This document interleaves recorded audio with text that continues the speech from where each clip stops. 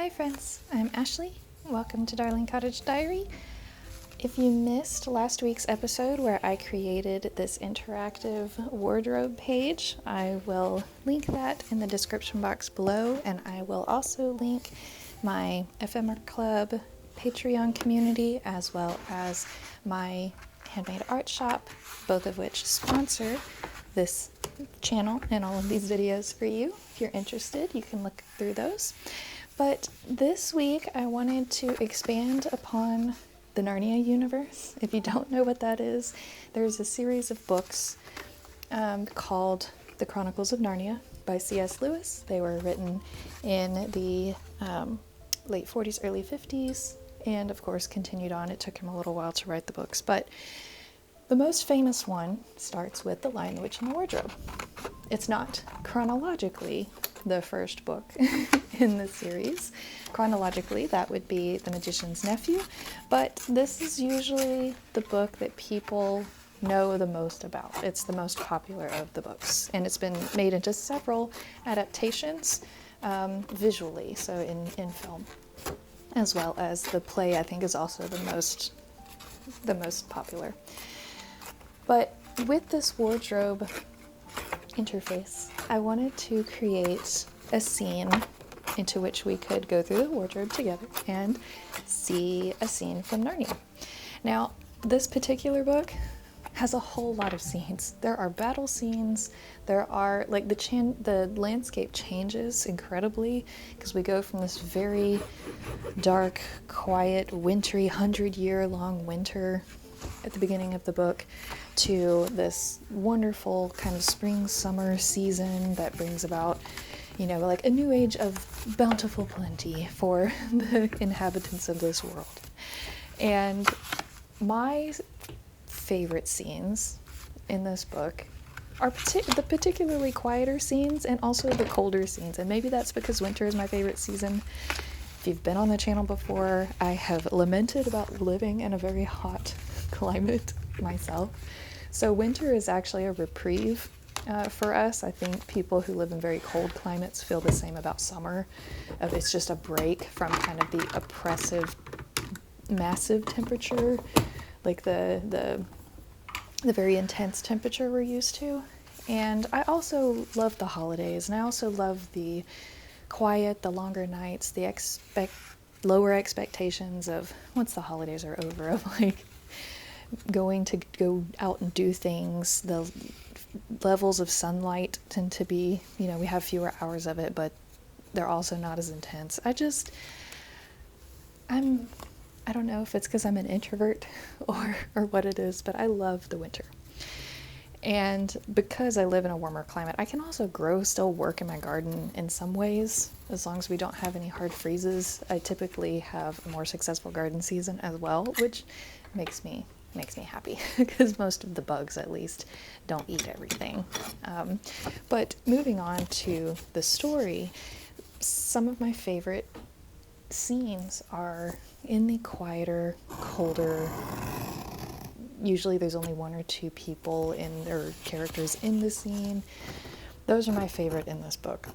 And particularly, and probably one of the most famous scenes, is right after Lucy walks through the wardrobe and finds a lamppost in the middle of a forest, like an early 1900s, early 20th century gas-powered lamppost that's working and that's on, but it's in the middle of the forest with no streets, no carriages, it doesn't make any sense, and she's very confounded.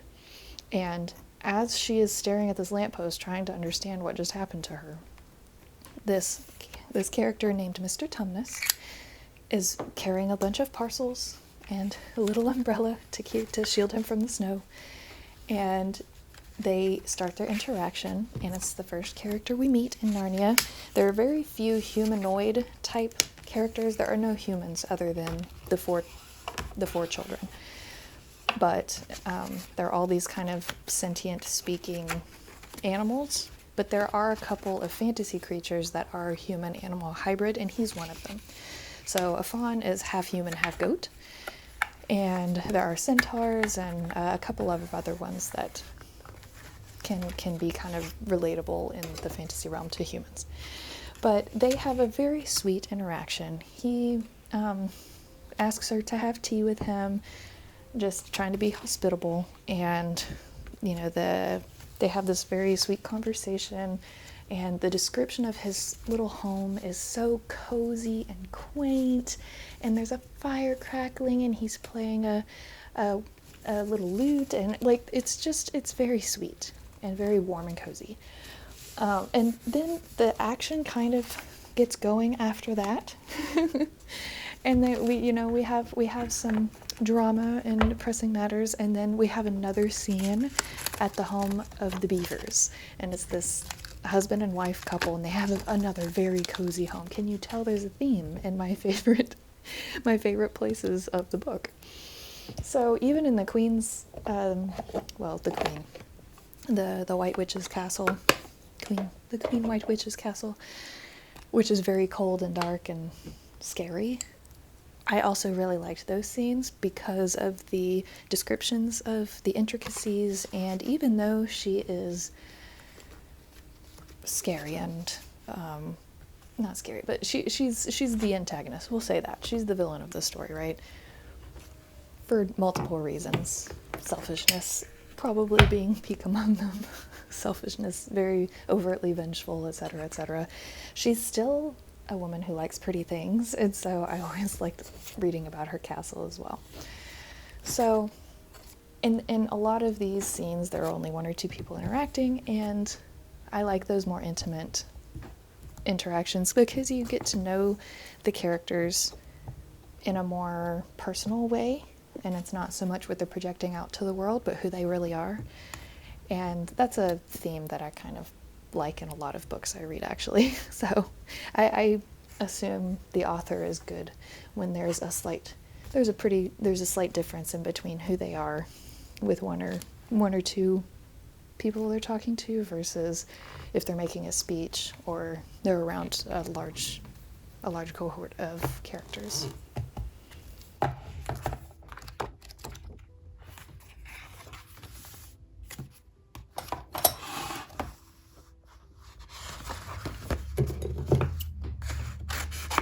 Now, I did not have a fawn picture or sticker or anything like that, and I probably could have used an image that, I think there were block print images in the actual books. I probably could have printed some out, but I wanted this to, I don't know, I wanted to use what I had and make it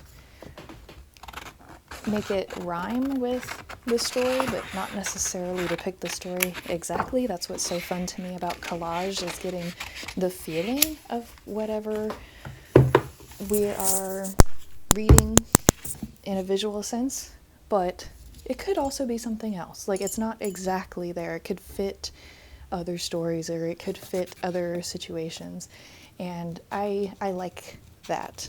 And that's what I try to achieve with my collage work. So, and I knew I wanted to write about the things that I like about the story, which is kind of what I've already said in this journal. Sometimes I like to do a lot of writing over my collage work, and sometimes I just want the collage to be there. But since he's half goat, Mr. Tumnus, since he's half goat and half human, I found this adorable little goat sticker and thought that would be perfect. And that would leave me plenty of space to write as well. So if you know this story, please tell me your favorite character and why in the comments below. And if you like one of the other books in the series, definitely put those in there too, because I can't tell how far to take this series. I don't know if I'm going to take a break or not in the next couple of weeks, but I would like a suggestion on which book to do next, because I think this is the only one for the Lion, the Witch, and the Wardrobe I'm going to do, or these two connected pages. I'd like to kind of move on, but I also need to do a refresher because I haven't read them in a long time. So if any of y'all have any recommendations of your favorite book in this series, please let me know.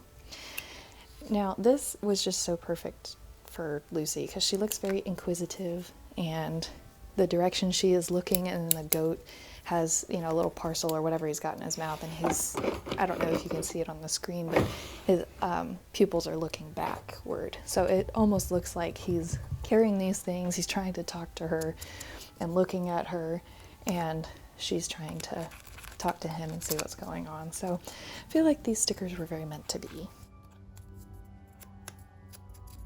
I also find it noteworthy that C.S. Lewis had the fawn, had a goat-like character play the character he did. I'm trying not to spoil it for those who haven't read the book or seen any of the movies, but I like that he chose this goat to be kind of the catalyst for the whole story to move forward, because if you have ever played with a goat, owned a goat, seen a goat at a petting zoo, you know that they are like very sweet. They're very sweet, kind animals, but they are chaotic. They will let you pet them, they will bring you things, and they'll turn around and headbutt your knee or headbutt one of their brothers or sisters. They have rectangle irises, so it's almost impossible to sneak up on them because they have it gives them almost 360-degree peripheral vision. They're very fascinating creatures, but they're also one of the longest domesticated creatures, just like cows and chickens. You know, humans have kept them close for their fur and for their milk and even their meat for a long time. And so they're one of these animals that have kind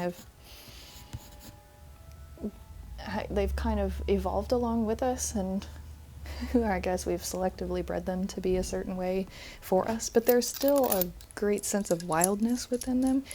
And I like that as a catalyst, as the fawn, this is a character we learn pretty early on is playing both sides, and both sides of good and evil. And I think goats are depicted that way in a lot of religions and a lot of cultures.